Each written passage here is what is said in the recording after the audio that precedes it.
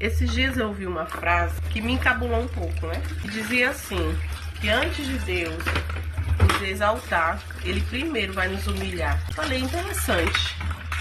Que realmente, antes de Deus nos exaltar, Ele vai nos humilhar. Não porque Deus tem prazer em nos humilhar.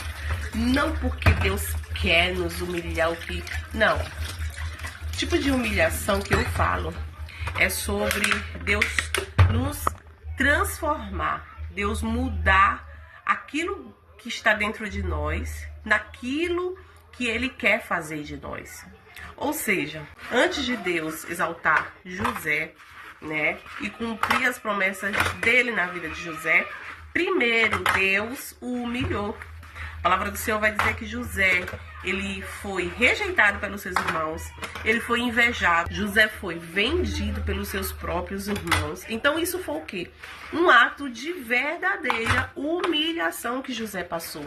E ainda para piorar, quando ele chegou na casa de Potifar, a palavra do Senhor vai dizer que ele foi acusado de Então, assim, foi lançado na prisão inocente, acusado de algo que ele não cometeu. Olha que vergonha e humilhação que José passou.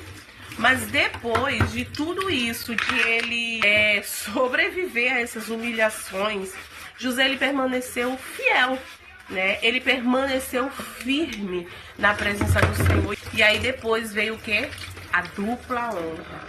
Então, antes de Deus ele exaltar ou fazer algo novo na nossa vida, ele primeiro vai permitir a humilhação.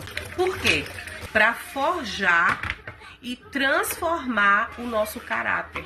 Porque aquilo que nós éramos não pode continuar naquilo que Deus vai fazer a partir de nós.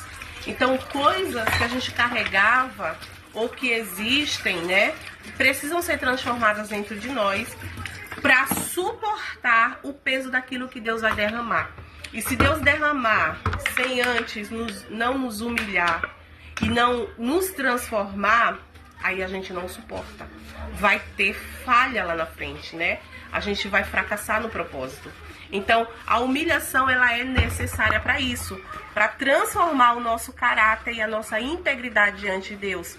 Então, foi necessário José viver o tempo de humilhação antes do tempo de exaltação.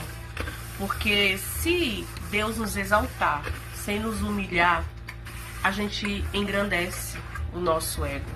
A gente cresce, né? E às vezes a gente esquece de dar a glória para Deus, assim como Nabucodonosor esqueceu, né, de dar a glória a quem era devida a glória.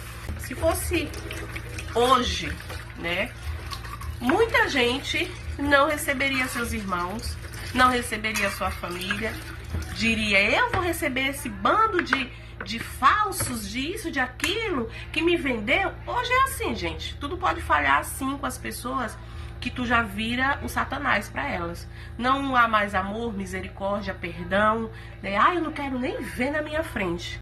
Porque se Deus trouxer exaltação antes da humilhação, né, a gente vai fracassar, a gente vai querer a glória para nós, a gente vai querer dizer assim, eu vou esfregar na cara deles, eles vão ver o que Deus fez na minha... Não, isso é para exaltar o nome do Senhor. O que Deus vai fazer na minha e na tua vida não é para você ou eu nos gloriar, não, é para glorificar o nome do Senhor.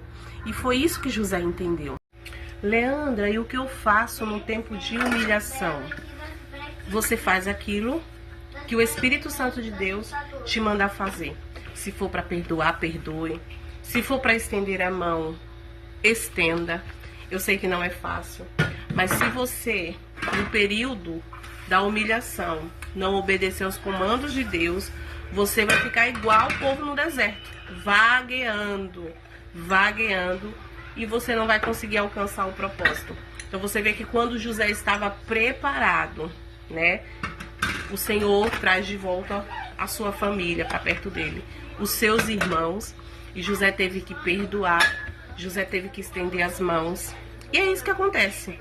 Às vezes o Senhor ele traz o nosso passado até nós, para que nós venhamos consertá-lo, né? Porque existem situações que precisam ser consertadas.